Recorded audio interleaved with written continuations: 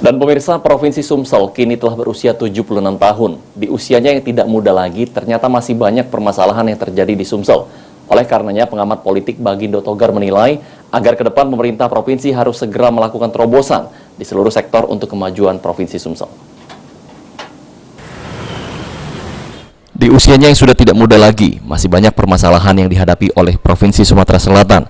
Salah satunya terkait infrastruktur yang masih belum dirasakan oleh semua masyarakat. Selain itu, menurut pengamat politik Bagindo Togar, terobosan lain yang harus dilakukan ialah pelayanan publik dan jasa dengan tujuan agar Sumsel lebih baik lagi ke depannya.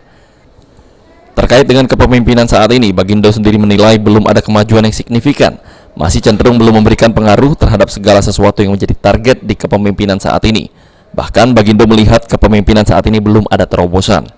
Kita membandingkan dengan periode dan kepemimpinan sebelumnya dengan sekarang ini kepemimpinan Pak Eden Mandir dan Muhardi, terkesan kalaupun dikatakan ada kemajuan itu tidak signifikan, cenderung masih dalam standar yang belum memberikan pengaruh yang lebih meningkat terhadap segala sesuatu menjadi target ataupun capaian-capaian yang diharapkan oleh periode kepemimpinan saat ini. Saya sebagai masyarakat Sumatera Selatan melihat apa yang dilakukan oleh Pak kepemimpinan era sekarang ini cenderung tidak ada terobosan. Kalaupun ada kemajuan itu menjadi hal yang sangat wajar untuk dilakukan oleh di dalam kepemimpinan periode pemerintah. Oleh karenanya, Bagindo pun berharap agar kepemimpinan saat ini harus bisa melakukan terobosan untuk kemajuan Provinsi Sumatera Selatan ke depan.